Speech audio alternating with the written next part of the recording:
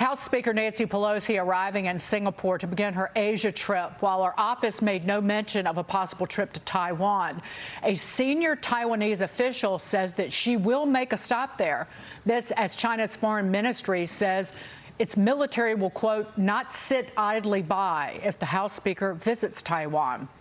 Joining me now, Ronald Regan Institute Director, former Deputy Assistant Secretary of Defense, Roger Zakheim. Roger, great to see you. Just put Speaker Pelosi's trip in perspective. And is it truly important now for her to definitely visit Taiwan? Well, the stakes have changed. It's not okay for the Chinese Communist Party to dictate the travel schedule of the Speaker of the House. It's a reflection of the heightened tensions between the United States and the Chinese Communist Party as it relates to Taiwan. The reality is Nancy Pelosi has always been a strong advocate of freedom around the world.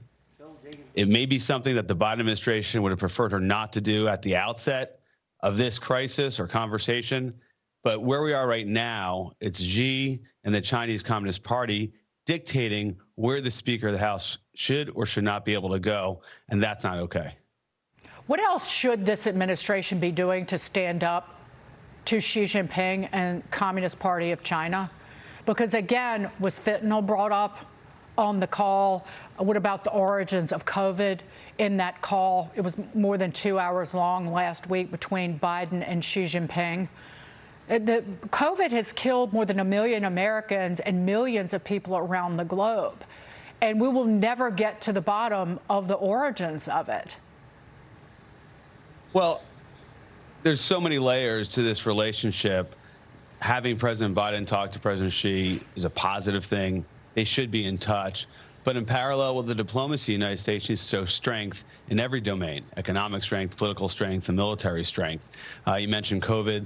The United States should continue to pressure the international organizations to understand the origins. And it's clear that China obfuscated and really did not allow for a thorough investigation to what happened there and the origins of COVID. But across the board, the United States needs to continue to demonstrate strength, to be pressuring China on every domain and every front. And President Biden, as at least as it relates to Taiwan, has really confused the situation by at times being in favor of the strategic ambiguity policy and at times saying he wanted to walk away from it. His staffers have had to scurry to try to make sense of President Biden's preferred policy. The reality is the United States needs to stand with the free people of Taiwan. And Taiwan really has been subject to a lot of aggression from Beijing, from China. And the United States needs to stand with Taiwan vis-a-vis military support and diplomatic support. I want to move on to Ukraine's first grain shipment since Russia's invasion, departing from the port of Odessa earlier this morning. This shipment is the first real test of a deal agreed to last month between Kyiv and Moscow to help ease global food shortages. Roger, your thoughts on this? Well, it's a positive development. This addresses food insecurity around the world.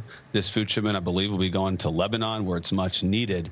The problem is that relying on Vladimir Putin for world food security or to address the shortage is a perilous affair.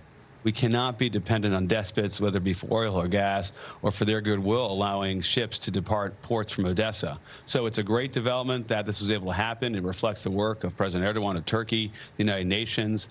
But for the world to depend on this being the solution, I think is foolhardy. This is going to be something we have to watch closely and look for alternative routes, because Vladimir Putin is in this for one thing, that is to win in Ukraine, right, and to put pressure on all those who are pressuring him. That is why he's allowed this for this moment, but I don't think it's something that we can rely on in the future. Right, and Putin calling the U.S. Moscow's greatest naval threat in a new military doctrine. Putin also saying that Russia would deploy military force if diplomacy and economic tactics were not effective in containing the U.S. Your reaction to those comments, and in terms of our Navy, our Navy needs better readiness, and we need a modernizing of our naval forces, do we not? And that's one place that money is not being spent. True? Well, the reality is our Navy's too small. We have global commitments around the world. We were just talking about China and Taiwan. Obviously, Navy's critical there. We talk about, in this example you just gave, in Europe, Navy plays an important part, particularly in the Mediterranean. And of course, you talk about the Persian Gulf, the challenges and threats posed by Iran. And just those three regions alone, you need to have a strong Navy, and one that we've been unable to build because defense budgets have been too low and because our infrastructure, our defense infrastructure is not adequate in terms of building enough ships to keep pace with those commitments.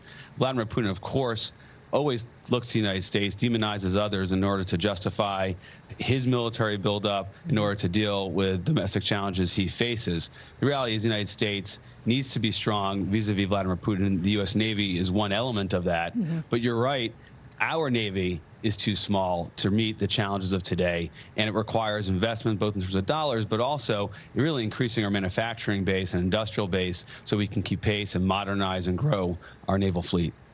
Oh, but climate change. Roger Zakheim, great to see you. Thank you so much.